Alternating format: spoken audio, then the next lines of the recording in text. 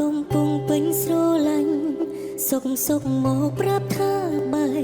ស្រាប់តែទឹកភ្នែកហូរមកក៏សឹងមិនតចង់សួររកហេតុផលអូនថាវេលាយើងសល់មិនគ្រប់គ្រាន់ហើយដើរចេញទៅទុកឲ្យបងក្រំគ្រាខួរក្បាលជាយាមជប់គិត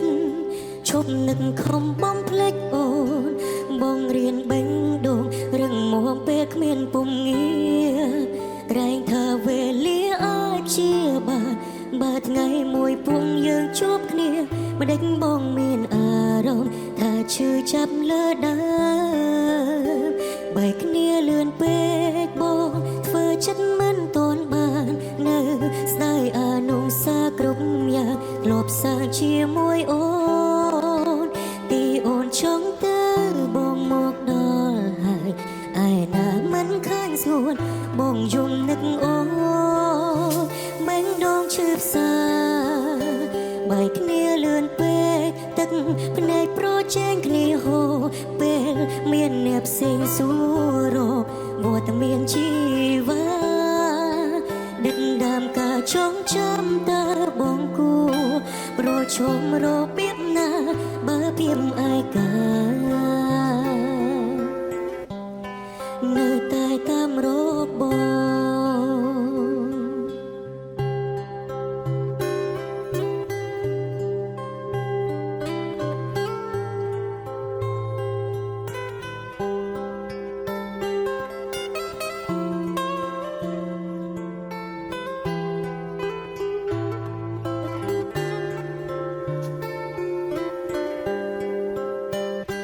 ខួរក្បាលជាយាមឈប់គិត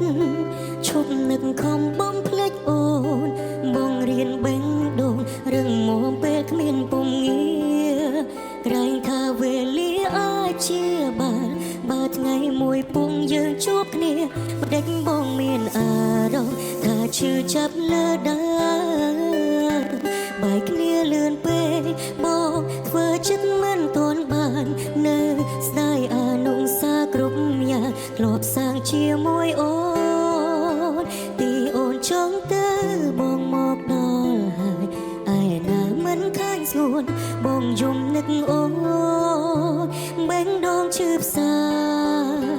បែកគ្នាលឿនពេកទឹកភ្នែកប្រជែងគ្នាហូរពេលមានអ្នកផ្សេងសួររកវត្តមានជី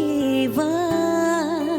ដិតដាមការចងចាំតើបងគួរប្រឈមរបៀបណាបើភៀមឯកា